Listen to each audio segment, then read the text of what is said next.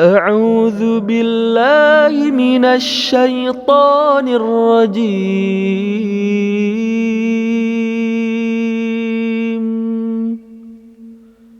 بسم الله الرحمن الرحيم.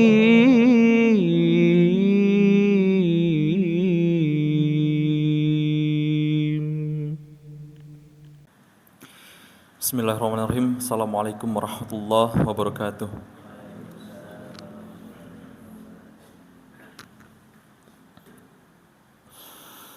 Innal hamdalillah nahmaduhu wa nasta'inuhu wa nastaghfiruh wa na'udzu billahi min shururi anfusina wa sayyiati a'malina may yahdihillahu fala mudhillalah wa may yudhlilhu fala hadiyalah. Asyhadu an la ilaha illallah wahdahu la syarikalah wa asyhadu anna Muhammadan abduhu wa rasuluhu alladzi la nabiyya ba'da amma ba'd. Faqala Allah Ta'ala fil Qur'anil Karim, a'udzu billahi minasyaitonir rajim. Bismillahirrahmanirrahim. يا أيها الذين آمنوا إذا قيل لكم تفسحوا في المجالس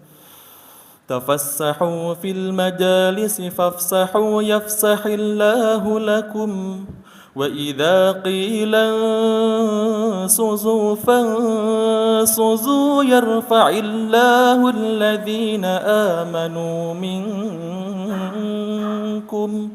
والذين أوتوا العلم درجات والله بما تعملون خبير. صدق الله العظيم. Al-ayah. Faqala Nabi sallallahu alaihi wasallam, talabul ilmi fardhatun ala kulli muslimin wal muslimat. Al haditsu riwayatul Muslim. Jamaah rahimakumullah. Pertama-tama marilah kita untuk senantiasa memanjatkan puji dan syukur kita kepada Allah Subhanahu wa taala karena atas berkat rahmat keridhaannya sehingga kita bisa menggunakan apa-apa yang telah diberikan oleh Allah untuk hadir di majelis seperti ini, majelis ilmu ya. Rasulullah SAW bersabda di dalam hadis yang diriwayatkan oleh Imam Muslim bahwasannya ketika kita hadir di majelis zikir atau majelis-majelis yang memang akan memicu kita mengingat Allah, maka di sekitaran kita ada malaikat-malaikat gitu. Artinya apa? Artinya kita di sini adalah berkumpul di tempat yang mulia, jemaah. Salawat dan salam tidak lupa juga kita curah limpahkan kepada junjungan kita, suri tauladan kita, yakni adalah beliau yang senantiasa telah berjuang untuk kita berjasa. Dalam kitab sirah dikatakan bahwasanya beliau sampai-sampai gigrahangnya patah adalah untuk apa? Untuk kita. Lalu juga kepada keluarganya yang senantiasa mendampingi beliau ketika beliau berdakwah tertekan oleh kaum Yahudi kafir Quraisy. Salah satunya adalah istri beliau Khadijah, yang kita juga bahwa semuanya tahu gitu ya bahwasannya Khadijah ini adalah seseorang yang memang kaya raya gitu. Dan ketika menikah dengan Rasulullah Muhammad SAW, beliau mengorbankan hartanya, jiwanya, dan juga apa-apa yang dimilikinya gitu. Bahkan dalam kitab sirah dikatakan ketika Khadijah ingin menyusui anaknya, yang keluar bukanlah ASI, air susu ibu, tapi yang keluar adalah darah. Subhanallah, itu adalah perjuangan daripada keluarganya Rasulullah Muhammad SAW. Lalu juga kepada sahabatnya yang senantiasa berdakwah, berjuang sama-sama dengan Rasulullah, mengorbankan nyawanya, ikut perang, gitu, mengorbankan nyawanya untuk kita, dan mereka mendapatkan gelar syuhada. Subhanallah, itu. Subhanallah ya, para sahabat Rasulullah berjihad untuk kita. Mereka mengorbankan nyawanya, meninggalkan hartanya, meninggalkan keluarganya, meninggalkan anak istrinya, adalah untuk kita, supaya kita mendapatkan tiket menuju surganya Allah gitu. Subhanallah. Lalu juga kepada tabi'in, tabi'ut tabi'in yang senantiasa mereka menuntut ilmu kepada para sahabat, yang kita tahu bahwasannya generasi ini adalah generasi yang ketiga, yang tadi generasi zaman Rasulullah, para sahabat, lalu tabi'in, tabi'ut tabi'in. Ini adalah generasi yang memang murni ajaran Islam, tidak ada campur baur daripada budaya-budaya lokal gitu. murni daripada ajaran Islam. Terus kenapa Kang Salman cenah di Indonesia tercampur-campur budayanya? Karena pada saat itu di kerajaan khilafah gitu ya, Turki Utsmani, Sultan Abdul Hamid kedua itu mengutus para 9 wali yang di sini disebut dengan Wali Songo datang kepada kita sambil berdagang, berdakwah mereka sehingga Islam tersampaikan ke sini gitu. Dan bisa diterima di masyarakat hanya dengan cara akulturasi budaya ataupun dengan menggabungkan budaya Islam dan juga budaya yang lokal gitu, dengan cara tidak keluar dari ajaran Islam. Itu adalah sesuatu yang memang diperjuangkan oleh para ulama gitu ya, sampai juga kepada kita nikmat-nikmat imannya. Kita bisa melihat bahwa ulama salaf terlebih dahulu, orang-orang yang sudah lahir terlebih dahulu, kita di sini sudah tinggal menikmati imannya saja gitu. Subhanallah. Semoga kita yang berada di sini juga bisa dikumpulkan dengan mereka dan dikumpulkan dengan Rasulullah Muhammad SAW di akhirat kelak. Amin ya Allah ya rabbal alamin. Baik jamaah rahimakumullah, insyaallah saya dalam kesempatan kali ini diberikan amanah ya untuk menyampaikan sebuah ceramah, yakni temanya adalah saum sebagai pendidikan gitu ya. Tadi saya menyebutkan hadis diriwayatkan oleh Imam Muslim, talabul ilmi fardhatun ala kulli muslimin wal muslimat. Artinya adalah menuntut ilmu itu wajib bagi muslim laki-laki dan muslim perempuan.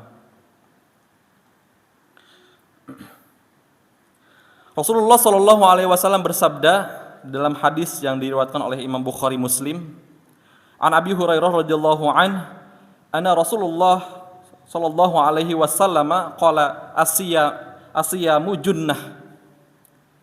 Dari Abu Hurairah radhiyallahu an bahwasanya Rasulullah SAW bersabda, puasa itu adalah perisai bagi kita. Kenapa puasa adalah perisai? Karena juga kita bisa melihat ketika kita puasa kita disuruh untuk menahan hawa nafsu gitu ya, bukan hanya minum dan makan saja, makan dan minum saja, tapi hawa nafsu, amarah semua juga kita harus ditahan gitu. Ngomongkeun batur gitu. Misalkan ibu-ibu nya misalkan gitu nya ningali gitu di TK, oh itu mah kieu-kieu nya, oh cenah. Itu juga harus dijaga gitu, ke bulan puasa mah engke harus dijaga gitu. Itu seperti itu. Maka Rasulullah bersabda bahwasannya puasa ini adalah perisai gitu, menjaga kita supaya kita tidak keluar daripada ajaran Islam, supaya kita tidak melanggar aturan Allah gitu. Kemudian Allah Subhanahu wa taala berfirman dalam surat Al-Baqarah ayat 183, ya ayyuhalladzina amanu kutiba alaikumusiyam kama kutiba alal ladzina min qablikum la'allakum tattaqun. Yang artinya adalah wahai orang-orang yang beriman, diwajibkan atas kamu berpuasa sebagaimana diwajibkan atas orang sebelum kamu agar kamu menjadi orang yang bertakwa. Gitu. Agar kita menjadi orang yang bertakwa. Apa itu arti takwa? Takwa itu adalah kita takut kepada Allah Subhanahu wa taala. Dan dalam takut itu ada pengamalan-pengamalannya, yakni kita tidak melanggar aturan Allah dan juga kita mematuhi aturan-aturan Allah gitu. Menjalankan seluruh perintah-perintah Allah dan kita menjauhi larangan-larangannya.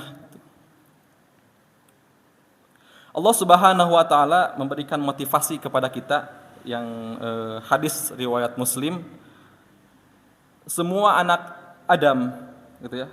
Rasulullah berkata gitu ya, semua anak Adam akan dilipat gandakan balasannya, satu kebaikan akan dibalas dengan 10 sampai 700 kali lipat.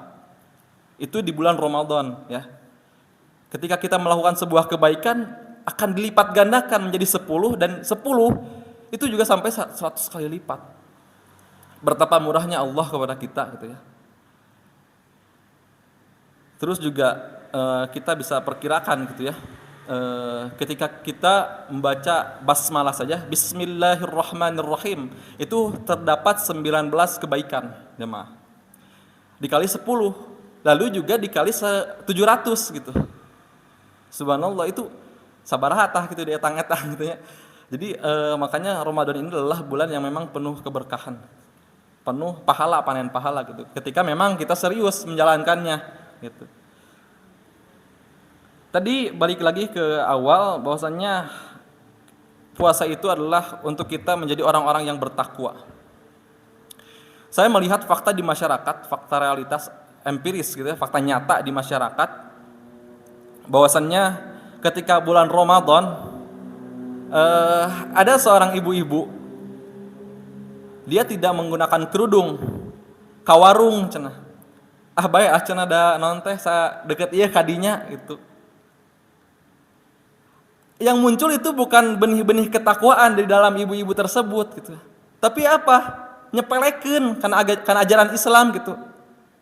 Iya, para sahabat mahnya sahabat memperjuangkan nyawanya menjadi para syuhada demi apa? Demi Islam tersebar luas di seluruh dunia. Tapi kita apa yang sekarang menikmati nikmat Islam menyepelekan perjuangannya gitu. Mungkin ilmu juga berpengaruh di sana gitu ya. Kang da meureun sia mah teu nyaho. Maka tadi Rasulullah SAW bersabda dalam hadis yang diriwayatkan Imam Muslim tadi, bahwasanya menuntut ilmu itu wajib bagi kaum laki-laki muslim dan juga wajib bagi kaum perempuan muslimah. Maka wajib gitu. Ngeskolot misalkan teu bisa baca Quran ya. Baca Al-Qur'an salalah wae misalkan anu tadina harusna alhamdulillahi rabbil alamin ya alhamdulillahi rabbil alamin. Salah itu pembacaan yang seperti itu menjadi sebuah dosa yang harus diketahui oleh imam gitu. Terus orang bisa lihat gitunya di kampung-kampung aya budak ngara santri gitu. Aya budak ngara santri jeung kolot, santri titah adan gitunya. Kolot titah imam, imam kolot teu nyaho makhrajul huruf, teu nyaho tajwid.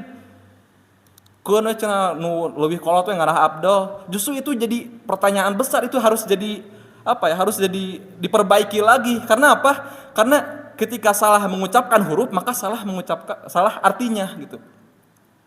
Alhamdulillahirabbil alamin, segala puji bagi Allah, ketika diganti dengan alhamdulillah, karena ada saya melihat itu di kampung hak kecil dan hak kecil dan hak besar disarwakeun gitu. Alhamdulillah, alhamdulillah itu artinya berbeda. Alhamdulillah artinya adalah segala diam bagi Allah, segala kematian bagi Allah. Ketika salah kita mengucapkan huruf, itu menjadi salah makna. Maka jadi imam sholat itu juga harus dipilih dari orang-orang yang memang memiliki kapasitas di bidangnya gitu. Tidak boleh asal gitu. Dan itu terjadi di kampung-kampung kita gitu ya. Saya di Tasik seperti itu gitu, melihat aduh ada ngomong saya teh bisa dianggap teu sopan gitu nya. Hakola teh seperti itu. Maka disinilah wajibnya kita untuk senantiasa menuntut ilmu gitu ya. Karena dengan ilmu juga kita akan tercerahkan, kita akan mengetahui batasan-batasan kita itu seperti apa gitu. Apa yang menjadi kelebihan kita, maka kita berada dalam kelebihan itu.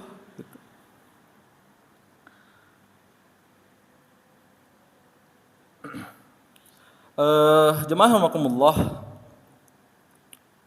dalam kesempatan kali ini gitu ya, khatib mengajak hayu kita sama-sama untuk senantiasa menuntut ilmu, kita biasakan gitu ya, sunnah-sunnah Rasulullah kita lakukan gitu. Terus kita banyak melakukan sholawat kepada Rasulullah SAW di masjid-masjid, boleh, bagus sekali bersolawat gitu ya. Cuman yang jadi salah kaprahnya kita itu cuma bersolawat saja, sedangkan keluar teu make tiung, sedangkan keluar make celana kolor itu, katembong aurat gitu. Dan itu mayoritas seperti itu sekarang yang saya lihat itu ya. Ongkoh kita nyaah ka Rasul, ongkoh kita nanti menyebutkan bahwa saya cinta kepada Rasul dengan bersolawat, tetapi kita tidak mencintai sunnah-sunnahnya. Apakah juga itu bisa disebut dengan munafik? Gitu. Maka kita harus perlu lagi introspeksi diri kepada diri kita. Janganlah menjadi orang-orang yang mementingkan egoisme diri ketimbang dengan ilmu. Gitu. Dan orang-orang dan Rasulullah SAW bersabda, ketika kita melakukan sesuatu, kita tidak memiliki ilmunya, maka tunggulah kerusakannya. Gitu. Seperti itu. Baik itu kerusakan dunia maupun kerusakan ukhrawi akhirat seperti itu. Maka jemaah saya mengajak kepada jemaah semuanya untuk senantiasa yuk perbanyak bersolawat dan juga perbanyak mengkaji Islam lebih dalam lagi. Bagaimana kita mempelajari Islam secara betul. Tidak hanya dengan membahas masalah toharoh saja. Tidak hanya dengan membahas masalah sholat saja. Bagaimana Islam mengatur ekonomi supaya tidak bercampur baur dengan riba. Bagaimana Islam mengatur pergaulan laki-laki dan perempuan. Gitu. Yuk kita sama-sama untuk menjadi lebih baik lagi. Misalkan kita lihat anak kita gitu ya, anak-anak bapak-bapak ibu-ibu mungkin saya tacan nikah gitu ya. Betapa bangganya katanya budak warama cenah geus boga ka bogoh. Sebenarnya itu jadi hisab nanti di akhirat gitu.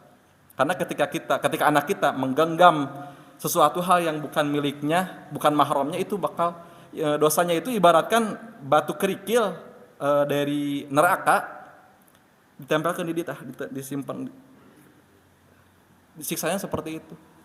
Itu cepengan tangan hungkul gitu. Itulah semoga ini menjadi bahan introspeksi bagi kita semua.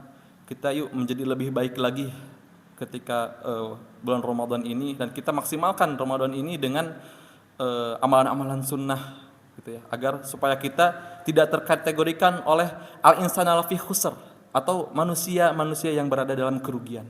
Insyaallah kita semuanya adalah orang-orang yang beruntung. Amin ya Allah ya rabbal alamin. Rabbana atina fid dunya hasanah wa fil akhirati hasanah wa qina adzabannar. Subhanal rabbil izzati amma yasifun wa salamun alal mursalin walhamdulillahi rabbil alamin.